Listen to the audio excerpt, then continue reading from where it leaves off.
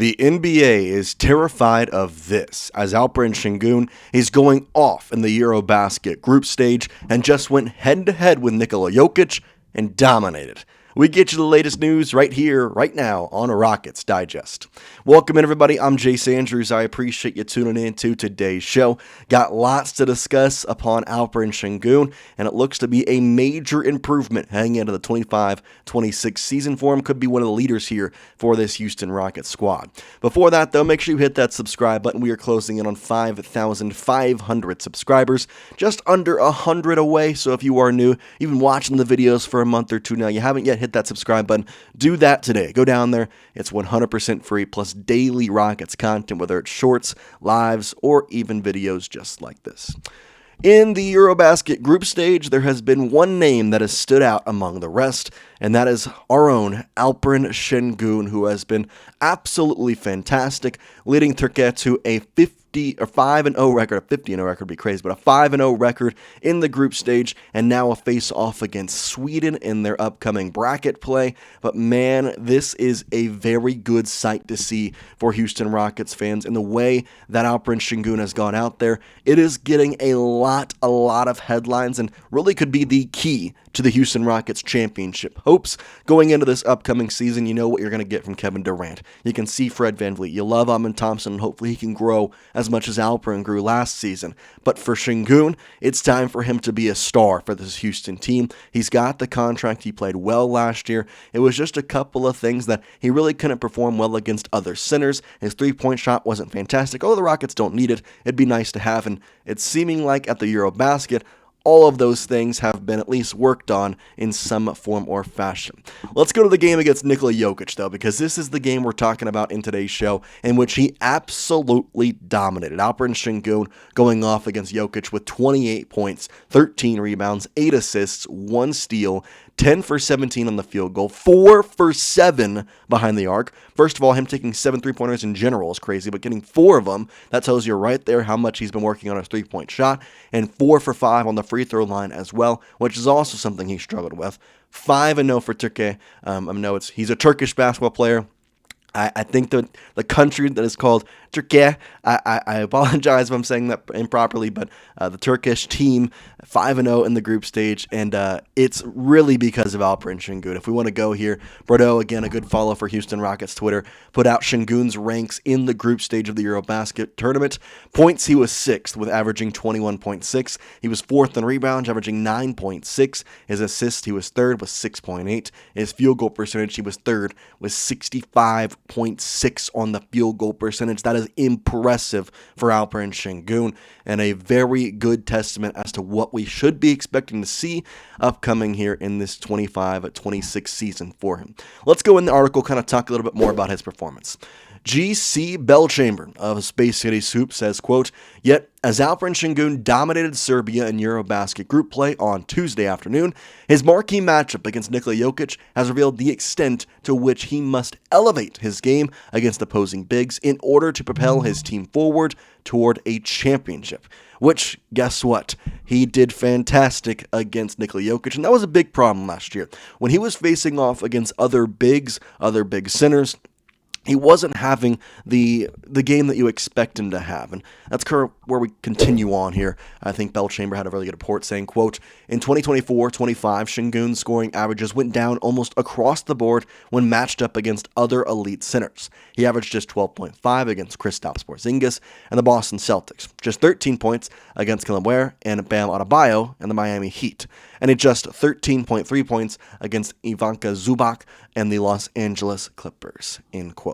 Not to mention, although he averaged 20 points in our playoff series against the Golden State Warriors, Draymond Green was severely undersized to Alperen Şengün, and yet Draymond Green was still scoring with a pretty good will against Alperen Şengün. That's what the defense wasn't doing fantastic. And again, 20 points per game was great, but it was more of high performances, low performance. He was pretty consistently more consistent than Jalen Green. But either way, there was just some nagging things when he was going up against what you would call either an elite, down low big man, or a bigger one, like a tall guy like Helen Ware, Ivan Zubac, just guys who kind of had the height with him or maybe even a height above him. It looked like he was a little bit tough. And Nikola Jokic is a perfect example here of the people he would struggle against, right? Except he didn't in the EuroBasket stage. Yet against Jokic, Sengun looked absolutely fearless. He danced around the towering Serbian with his footwork, hit mid-range floaters, and drained three-pointers with ease. Moreover, apart from a couple of mistakes in his positioning down low, he played a very staunch defense against Jokic, preventing Serbia from relying purely on their star player in crunch time. That's the biggest thing to me. You can sit here, you can talk about his performance, you can talk about the numbers, you can say this, that, or that. Fantastic. It's EuroBasket, different than the NBA. I understand that. But the biggest thing when you look at this and you see him playing up against Nikola Jokic, you know the Serbian team wants to feed Nicola the ball. And maybe Nicola doesn't want to play. We know his feelings about basketball. But they want to feed him the ball. Turkey wants to feed Sengun the ball. And guess what they were able to do? They were able to feed Sengun the ball. Guess what Serbia wasn't able to do? Feed Jokic the ball. So if you're talking number one player and number one player on either team, both being down low centers, both being guys to run to the basket, it was a far and away advantage for Alperen Şengün. And that is a sight just to be excited about, because if we can get Alperen Şengün to make these plays against star-studded centers in the NBA, it's going to just help so much in terms of how this team can improve themselves going into this season, how they can be more ready for a championship contending year. So we kind of go out with the article here. GC Bellchamber of Space City Scoop, quote, ultimately, this is the next step forward in Şengün's game. Not just a matchup against Jokic, but against almost every center in the league. While it remains to be seen if this will carry over into the regular season, hopefully, EuroBasket has merely given us a preview of what is in store for the rising star. End quote. This is true. It's just hopefully a preview. The EuroBasket group stage is certainly different than the National Basketball Association. There is a lot better complete teams in the NBA. You hear me talking about Serbia and Turkey, and it's very different because their top players are Sengun and Jokic, and past that, there's not too many guys you can name. There is a couple, of course, but not the crazy amount when you're going through an NBA roster. So very different, and you're trying to feed the ball to certain players. But again, it's the bigger point of when he was matched up with Jokic, he was able to stop him. When he was matched up on defense or on offense going up against Jokic, he was able to score. He could hit the three. He could do the free throws. I mean, all the stuff that you would like to see improvement on. And again, he had a fantastic year last year. If he just went and did the same thing, I think we'd be pretty happy. Obviously, with how young he is, you want more improvement, but with how well and how big of an improvement he jumped last year, you'd be kind of okay if it just was a little bit of improvement. But it seems like he has improved a lot on almost everything. And if he can shoot the three, if he can do the free throw, he can do these things, that just makes the Rockets an even more complete basketball team than what they already are. It's really, really fantastic. And so it's an exciting thing to see.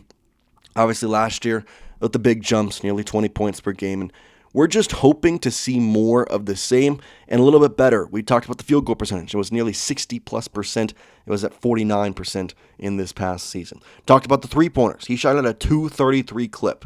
He was doing a lot better than that in this EuroBasket group stage and hopefully into the tournament as well. It's a very fun time for Rockets basketball. It's kind of nice to see what Alperen Şengün has been able to do. And if you are looking to try and maybe catch a little bit, see what's going on, see how the Rockets are looking, guess what? You can at 4 a.m. Central Time. If you'd like to watch Alperen Şengün's round of 16 game, you can watch it against Sweden. It'll be 4 a.m. Technically this morning, tomorrow morning, I guess. I don't know what to tell you, but it's at 4 a.m. Central for the tip-off. So if you'd like to watch it, there you go. I don't know where you'd watch it, to be really, really quite honest with you, but hey, that is the way it's going to go. And for our Rockets question of the day, talked about Alperen Şengün. Want to give you a question surrounding him today. So I want you to give me Şengün's points per game average this season. What do you think will be that average? Will it be 23? Will it bump up to 25? Remember, he averaged 19.6 this past season. What do you think his average will be in this upcoming year? I'm excited to see what y'all come up with. That's what we got for you here today on Rockets Digest. Make sure you are hitting that subscribe button. Like I said, we are closing in on 5,500. Trying to get halfway to 6,000 before the start of the NBA season. I'm sure we'll get there, and I'd appreciate your help. We'll see you next time here on Rockets Digest, and peace out for now.